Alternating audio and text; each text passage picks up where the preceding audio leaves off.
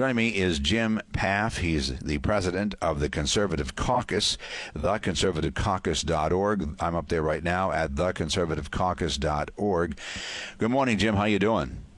I'm doing well. How are you doing, sir? Good, good. Tell me a little bit. I think this is the first time I've had you on the show. Tell me a little bit about the Conservative Caucus. What are you guys all about? Well, interestingly, a lot of people don't know this, but we're the nation's oldest conservative grassroots organization, founded in 1974 by the conservative icon Howard Phillips.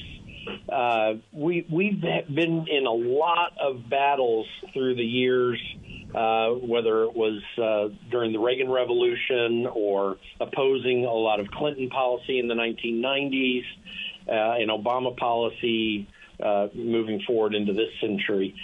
What we do is we try to put a light on what's happening in the federal government, and also to build a grassroots network, which we have in about 38, 39 states right now, to help people, get the message of what's happening in D.C., the problems in D.C., to affect change in the election of congressmen in their local area, but also to help train them to be able to become effective in their local area, whether it's in their state legislative process or their local government process, to be able to get things done effectively there, to also assert a conservative agenda that can help transform us back into a constitutional republic. So, again, it's theconservativecaucus.org, theconservativecaucus.org. And there's a lot of things we could talk about with you. We could talk about immigration. I got to tell you, they fact-checked Donald Trump 5 times during the debate that I counted and that analysts counted, 0 times Kamala, and no times the media. And one of the big things they got wrong was about them eating animals. You know, now we posted a video of this woman in Springfield, Ohio, I think it is, eating a cat.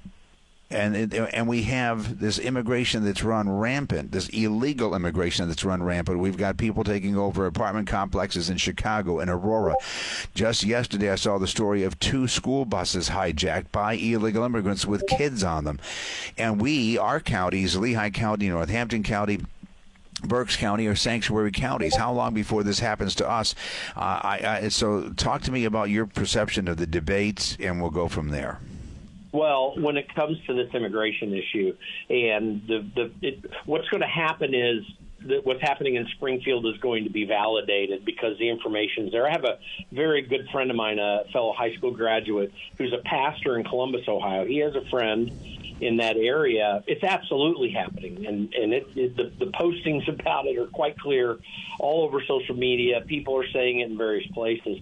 But, as horrible as that, and it's a horrible situation. You've got 20,000 Haitian immigrants who were shipped to Springfield, Ohio, a town of 60,000 people, and it's having a massive effect. This is a microcosm of the overall effect that we're seeing all around the country. When Donald Trump says he wants to do mass deportation of criminal illegals first, and then to go from there and see what he needs to do, that is something that's necessary in this country. The Harris-Biden administration has done everything they can to bring illegal immigrants into this country, mostly to cause chaos, because politicians love chaos. They move and grow and get their power from chaos because they, quote unquote, have the solution. But even more than that, everyone was beating on Tucker Carlson and so many people about the great replacement theory. Well, in reality, Democrats, whether they can do it or not,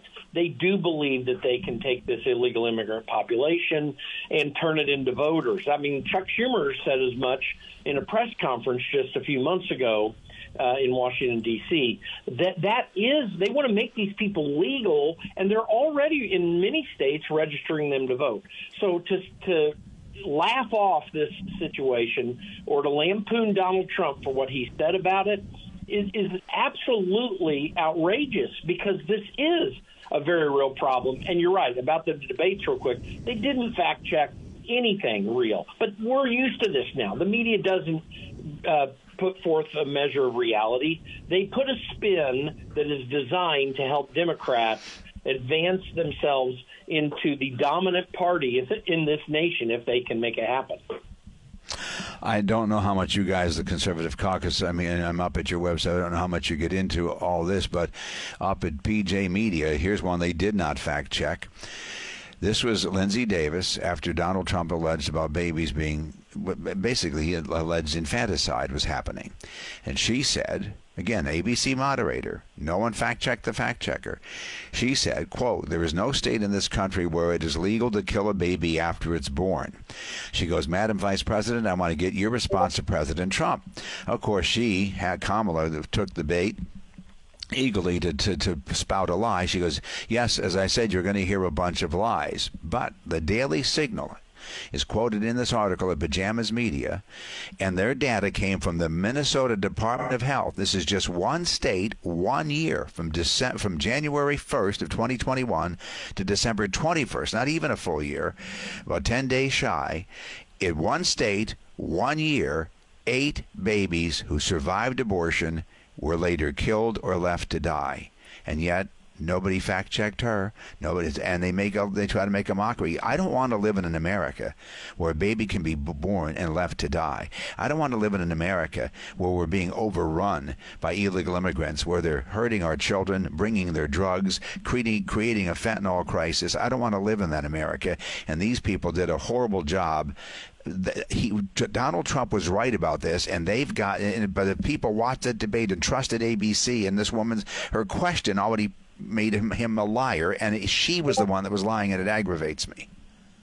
Well, and this abortion issue is a huge one. The facts you shared are absolutely true. Of course, former Virginia Governor Ralph Northam, by the way, an obstetrician, he said on the radio show, and I've shared it recently, you've probably seen it, just to reconfirm what Donald Trump was saying about him. He literally said once the baby's born, then you have a consultation with the mother whether she wants to keep it. That, in effect, is more than in effect, just in so many words. That's exactly what he said. A lot of people who talk about these late-term abortion things and not being available in the states, does anyone remember George Tiller in Wichita? I mean, it was tragic that some person killed the man, but he was doing late-term abortions, and I presume potentially abortions like you're describing for many, many years. Colorado, where I spent a lot of my time, I worked for Focus on the Family there for many years, and I was on the radio in Denver for 4 years.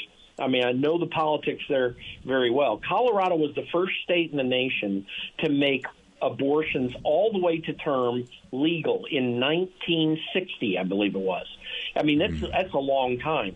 This issue of late-term abortions has been there for a long, long time.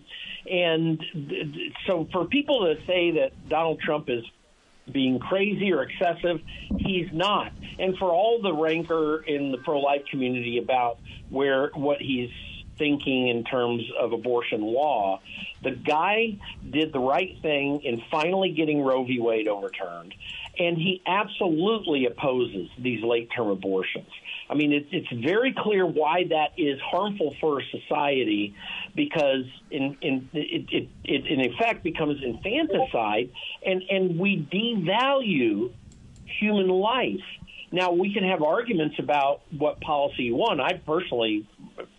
My personal policy on abortion laws, I don't want any exceptions for abortion except the life of the mother at best. And that position is anthropologically, if I can use a big term, in other words, it's how we understand humans and who we are. We have to. The reason a government goes bad is when human value goes down. That's why totalitarianism and authoritarianism comes in. But when human life is highly valued, we lend ourselves towards a more free society where we respect and honor the individual to pursue their own interests and not have those interests stopped or quashed or put down in any way by government agencies who feel like they know something better than that individual does. So this whole abortion issue is really intertwined in this idea of liberty. It's a serious one that we need to take seriously. If you can convince a society that a baby outside the womb is not a baby, that it's okay to kill it, then you sit there and lament why kids are shooting each other in schools, how could you be puzzled by that? You're the one that told them life isn't valuable. We as a society are saying only certain life is valuable. White lives aren't valuable. Only certain lives are valuable. Lives of the unborn aren't valuable. Lives of the elderly aren't valuable. Lives of those with disabilities aren't valuable. Unless, of course, they want to do virtue signaling for some reason. Otherwise, they're all disposable. And it's really, look at Jewish lives aren't valuable these days on college campuses. And then we wonder why there's violence everywhere. It's why. But we can't, when you devalue and you think that's okay to kill a baby outside the womb and let it die there.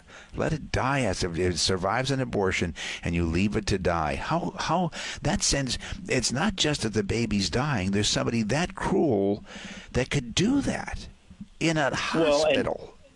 Well, and think about this. That is, as horrible as that is, and it is, it should just make our minds blow up when we think about it. We really do this much further on in people's lives. We have illegal criminals in this country who are literally killing American citizens, and it doesn't outrage or incense particularly Democrats, but really a lot of people were maybe too laissez-faire about it in our government systems.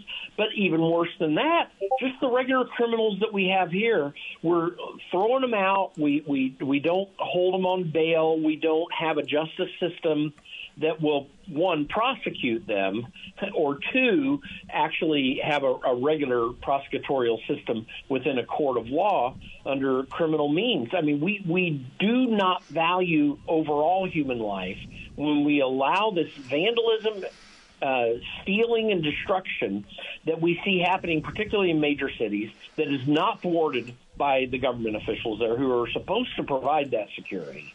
And then we allow these, situations like in Springfield, Missouri, where we inject this problem into a community without their acceptance. It was injected upon them, and we do nothing about it. We show no outrage, and our government officials are letting us down in every way. They're incapable of doing what's right in this regard because they do not value human life.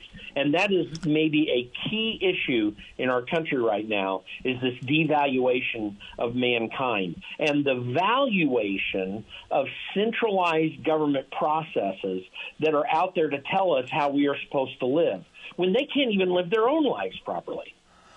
Think about it. How much have they devalued human life by allowing infanticide, but also by allowing your country to be overrun? How much do they value your life and the lives of your children if they're allowing this? You said something else, though. Government thrives on chaos. I believe this is Cloward and Piven. I believe they're overloading the system. They've got us in debt. They've got us emasculated when it comes to energy, and they're letting us be overrun with drugs and chaos, and that's Cloward and Piven. But think about it. The proof is, after 9/11, what did they do? The Patriot Act, which was grab more power. The government law, whether they, there's people who say that the government did 9/11. I'm not going to do that conspiracy theory, but they took advantage of 9/11 to grab more power. That's what they did. They love chaos. They love fear. You're absolutely correct, and that set up the ability for this, what is truly a deep state effort to suborn free speech, to stop free speech when it is being initiated on social media and shutting down media enterprises that are attempting to get the truth out. This, and let's add one more thing to this. Barack Obama, later on after the Bush administration, using the IRS to shut down the registration of political organizations through the IRS. That was to kill the baby in the womb, so to speak, of the Tea Party movement. And they had some effective effort in doing so because there was a lot of energy that was ready to take our country back to the Constitution that Barack Obama did seriously to shut that down. They do not want citizens to have power. They do not want citizens to be able to determine how their lives are going to be lived, They want to make those determinations because, and for the purpose of having power, and also for their financial benefit. And the Cloward-Piven analysis is absolutely accurate. The more chaos you throw into a system, the more difficult it is to get to normalcy, because you have all this gunk you've got to get through and clean out just to get back to a place where you can have normal perspective again, much less use that perspective to get to an appropriate end where people can prosper and are benefited. Again, we're talking to, my guest this morning is Jim Pfaff, Pfaff, and Jim is with the Conservative Caucus, their website. I'm up there right now. You can just go to, and by the way, one of the things I like at their website, it's again theconservativecaucus.org, theconservativecaucus.org. But one of the things I like about it is up on that website, it says, so you go under, I think it's resources. Yeah, under resources, it says Democrat rebuttal. So there's all these statements that are made by Democrats, and it gives you the rebuttal to their bullcrap. So it's called the TCC Truth. But anyway, you can check that out. A great resource up there. Again, theconservativecaucus.org, theconservativecaucus.org. Jim Pfaff, thank you so much for joining me. Jim, again, is the president of the Conservative Caucus, America's oldest conservative organization. I didn't know that. And we got to get you on again. Thanks so much, Bobby. Glad to be with you today. Yeah. Thank you, Jim.